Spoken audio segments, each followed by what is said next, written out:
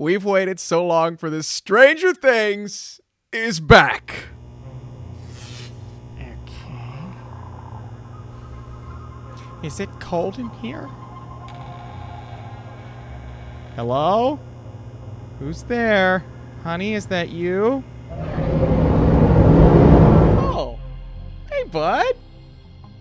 What is up, Netflix fans? Welcome back to my channel. We are talking all things Netflix, and in today's video, we are diving back into Hawkins, the world of Stranger Things, Season 4, Episodes 1 through 7. No spoilers in this video. If you guys would like to see a spoiler video, hit that like and drop a comment down below. But let's get into this, right? Since the Battle of Starcourt, which brought terror and destruction to Hawkins, our group of friends have been separated for the first time, struggling with the aftermath of said events and navigating the complexities of high school. This has not made things any easier on our crew. In the most vulnerable time, a new and horrifying supernatural threat surfaces, presenting a gruesome, and I mean gruesome, mystery that, if solved, may finally put an end to the horrors of the Upside Down. Like I said, we're not talking spoilers in this video, so I won't get into specifics, but the tone this season is significantly darker than what we've seen prior to this, right?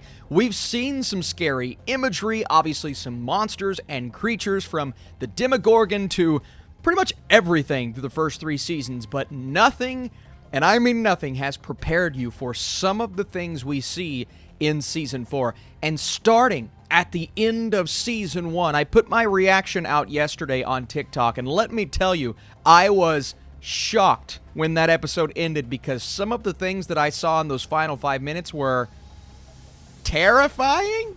And as always, we're going to talk about the rating for this series. It is TV 14, but I'm not entirely sure if that has changed for Season 4, because the imagery, the intense scenes, the violence, and the gore, it's all amplified to an 11 out of 10. So this season may even be TV mature. I feel like they're going to stick to that TV 14 rating, but just know you're going to see some very messed up things. And if you have really young kids watching this, they may be petrified. So just know that. But that's the thing. This series is 6 years old at this point. We have grown up with these kids, and I'm sure the younger generation that watch this, they're old enough now to know kind of what they're in for. And you're in for a lot, because something is happening once again in Hawkins, and it's causing the fallout of these events to affect each one of our characters, who are spread out in various locations. So not only are we focusing on Hawkins this time around,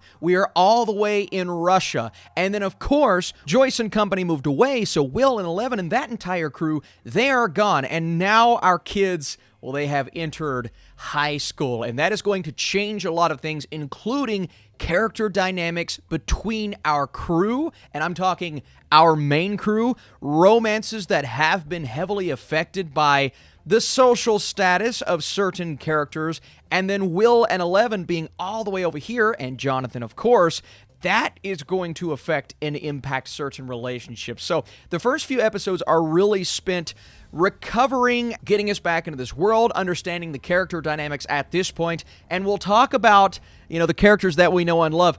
But I want to hit on some of the newcomers this time around, because they are firmly a part of the show at this point. You have Jamie Campbell-Bower, who plays Peter, a big part of Eleven's past. Eduardo Franco, Argyle, who is kind of like the stoner best friend, almost solely played for comedy. Mason Dye, who plays Jason. He is kind of the leader of the cool kids here. He's the Troy Bolton, a High School Musical reference, but they don't do a musical number. At least I can't tell you if they do. They might. And part of me wishes we would have spent more time with this crew and really the entirety of the school aspect in Hawkins. I'd say we get much more of 11 and Will's side of things at the new school they are going to, because introducing a character like Jason, you need to kind of understand more where he's coming from, and the idea of relating everything back to something that really no one cares about at the end of the day, even though these are the cool kids. We have to cheer for them. And I mean, yeah, basketball's great, but if we remember back to last season, a lot of people died. So Hawkins is a place shrouded in mystery. Our other new character, played by Joseph Quinn, Eddie Munson starts out on this level. He's the leader of the Hellfire Club, and he's kind of taken Mike and Dustin under his wing, brought them into high school. But it was such a wild introduction to his character. It felt like it was too much, and I'm like, I don't know if I'm going to like this guy. But by the time I got to episode 7, and his character being a big player in the events that go down, especially in those first 2 episodes, I'm like, I'm in. I think he's doing a spectacular job, and he fits into the story seamlessly. I really came to love and appreciate his character, and he has a relationship with Dustin that's causing a bit of a rift between those two and Steve, because, of course, Steve and Dustin's relationship. So we get to explore that a lot in this season. I appreciated that, and all of the individual relationships. Of course, Robin being a character that we grew to love last season, played by Maya Hawke, who does a wonderful job.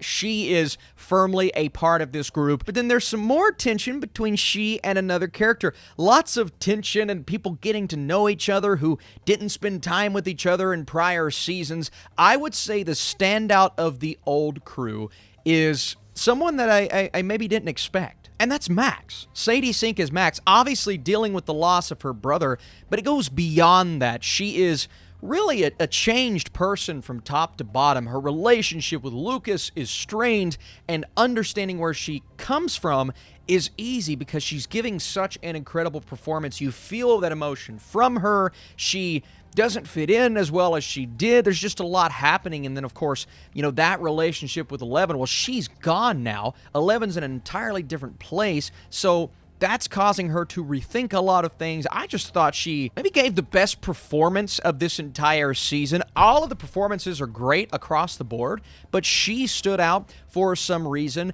And speaking of 11, Millie Bobby Brown gets a storyline in this season that starts out in one place. All of her struggles in high school. Kids, the bullies, let me tell you, there's some bullies in this season, and I'm sitting here going, what is wrong with these kids?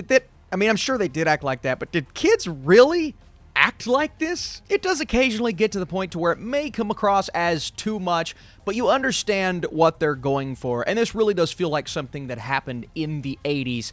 1986 is the year that we are in. And of course, we get the pop culture references across the board, but they're not as prominent or prevalent. I don't know if people are going to actually take issue with that. There are things happening in the background that you're going to recognize all of this, but at the end of the day, what we're focused on here is the story, the build-up for that story, and this terrifying series of events, these things happening across Hawkins. The butterfly effect of said events are affecting everyone at all places, so we're jumping from story to story to story. I've not even talked about Hopper. Yes, he's in the trailer, so it's not a spoiler.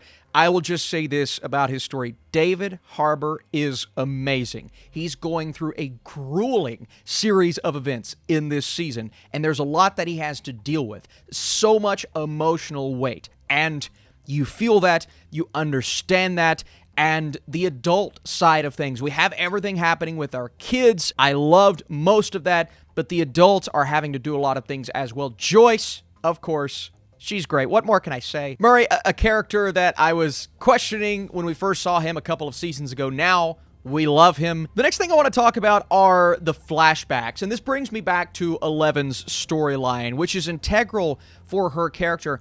But I will fully admit that was my least favorite story to cut to, mostly because the majority of it is reliving her past. It is important, and we are building up to something that fully culminates in the final episode that we get in this first part of this season. We get the final 2 episodes in a couple of months. So episode 7 makes her storyline worth it. But I wasn't as invested in that storyline because anytime we would build up tension somewhere else, we would always cut back to what's going on with 11. And instead of adding to that tension, these moments were slower, I guess filled more with exploring certain relationships, but I wasn't as entertained or enthused every time we would cut back to that, if that makes sense. Now, thankfully, Millie Bobby Brown is amazing, and she carries those moments, and the payoff is freaking great. I loved the way everything came together in episode 7. Definitely a cliffhanger, but you are going to get enough answers to at least leave you satisfied with episode 7. But again, if you ask me the weakest part of this story, it is that. And just the fact that we're jumping around so much, it may become too much. And those storylines are storylines that we've seen before. I'm not saying we're retreading things that we've seen specifically in Stranger Things, but just story beats from other, famous directors and stories that we know and love, whether it be Stephen King or obviously Steven Spielberg. And this isn't me saying it's a full-on copy because of the way it comes together in episode 7, just more so of somewhat of a retread. And they're not doing anything so new in this season to where it's going to blow your mind. What will blow your mind is more so the level of darkness that it approaches, the gruesome imagery, oh my god, and what's happening to kids here. Again, if body stuff freaks you out, well, run and scream. My final point. The episodes are extremely long, but that actually did not affect me because there's so much story to tell here, and there are so many stories to get to. This feels so cinematic. Every episode feels like a movie. There is a distinct beginning and end, always a cliffhanger, obviously, and you are on the edge of your seat. I mean, the intensity level of this season may surpass any of the other seasons.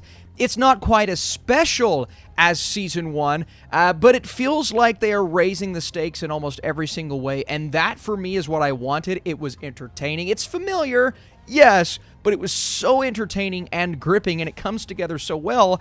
I am salivating for the next 2 episodes, so hopefully we'll talk about those soon. Stranger Things 4 is easily the most cinematic season we have seen, as every episode feels like a movie. There is a lot happening, but the way it all comes together down the stretch is brilliant. Sadie Sink may be the standout this time, but the entirety of the cast is top-notch. This time around, the situations are terrifying, and it creates tension that elevates every episode. The way it all connects in episode 7 will make some rough patches worth it. Again, if you'd like to see a spoiler-heavy video from me, let me know in the comments. Drop that like down below. I appreciate you guys for being here.